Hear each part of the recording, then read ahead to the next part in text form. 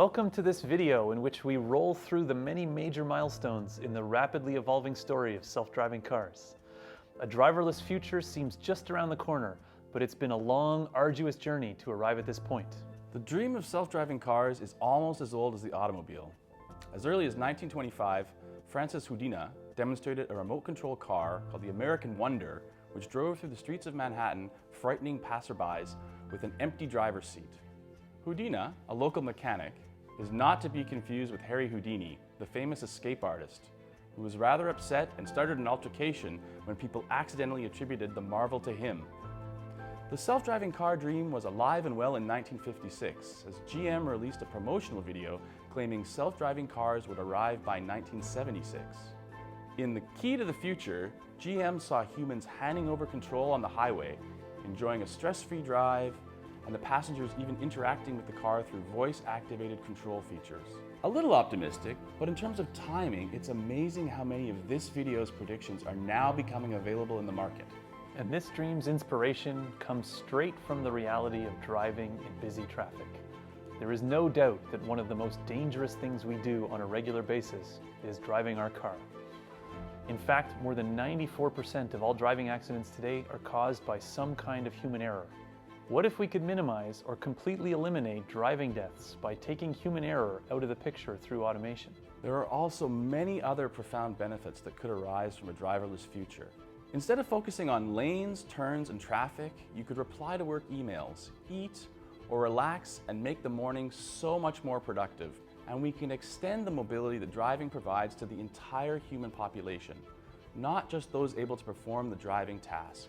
Let's go back to the beginning of the self-driving car story and take a look at the milestones that have defined this industry, at the breakthroughs that make it all seem possible, and at the setbacks that remind us how ambitious this vision of ubiquitous autonomy really is.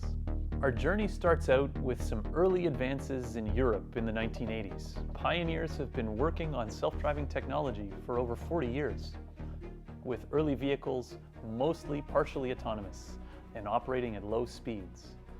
In 1986, Ernst Dickmanns and his team from the University of Munich pioneered a robotic van that could drive fully autonomously without traffic, and in 1987 it drove its speeds up to 60 kilometers per hour.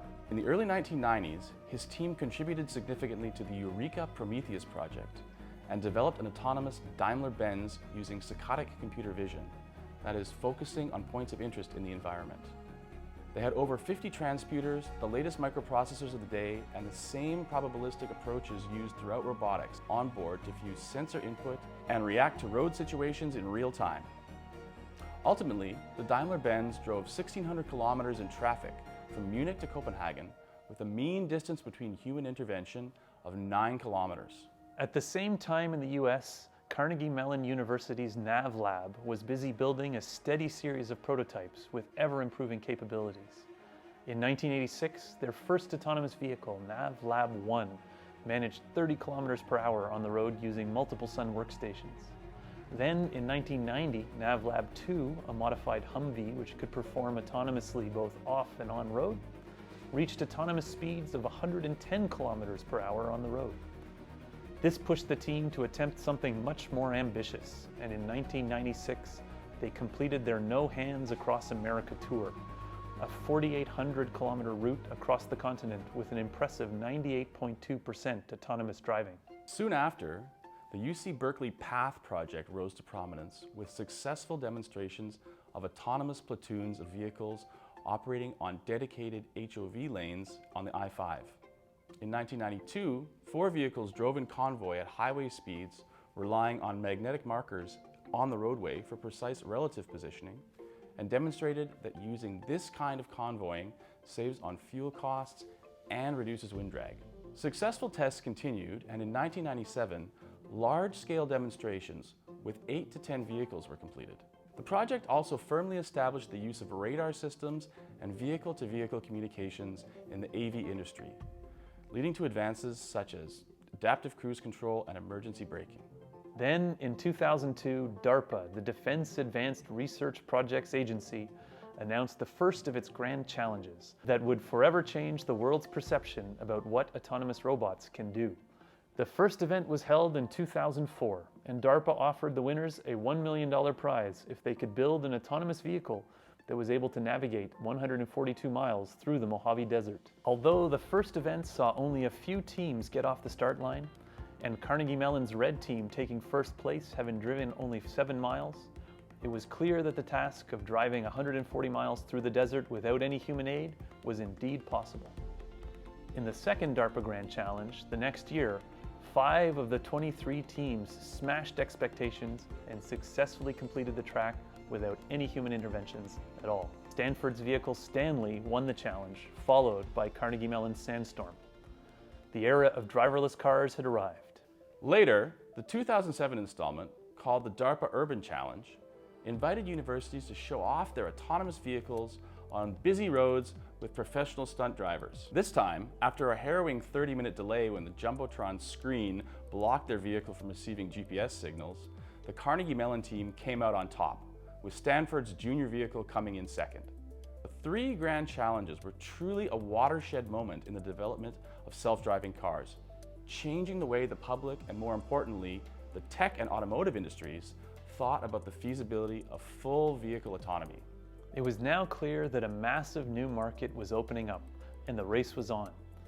Google immediately brought the team leads from both Carnegie Mellon and Stanford, Chris Urmson and Mike Montemerlo, to push their designs onto public roads.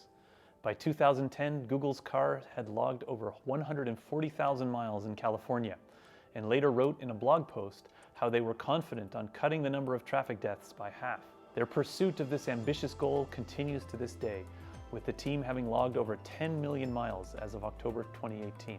Around the same time as the first autonomous testing in the US, 2 orange vans from the VisLab completed the International Autonomous Challenge, driving an entire route from the University of Parma in Italy to Shanghai, China, which was about 15,000 kilometers, with minimal driver intervention.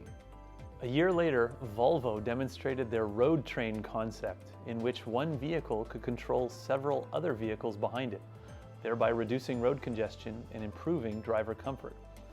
Car drivers could choose a lead truck to follow, but the close following led to frequent vehicle damage and low visibility in rainy conditions. As the pace of development accelerated, more and more companies were pushing for a legal framework for on-road testing. In 2012, the Nevada Department of Motor Vehicles issued Google the first ever autonomous vehicle testing license, which meant they could now test autonomously on public roads. California soon followed suit, with a mandated requirement to publish a variety of statistics on the tests performed and the rates of human intervention.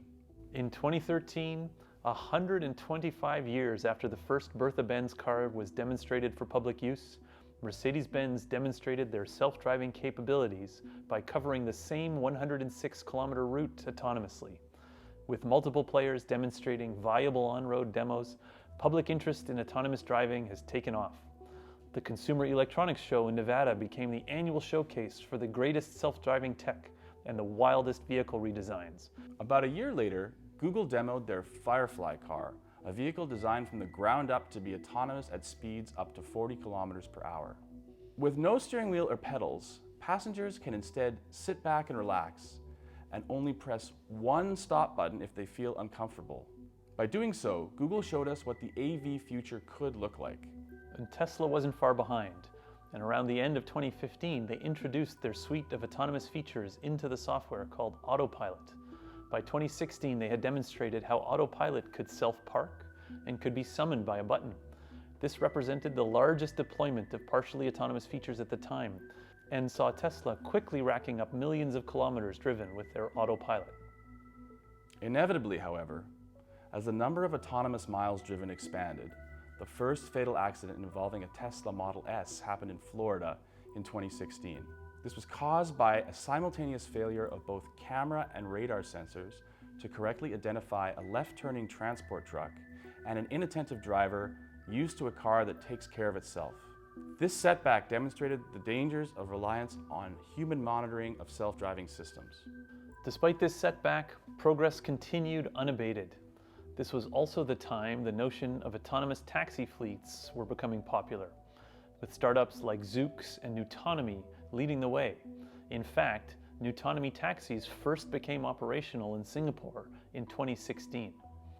And finally, we arrive at 2018 and the infamous Uber crash that claimed a pedestrian's life in Arizona.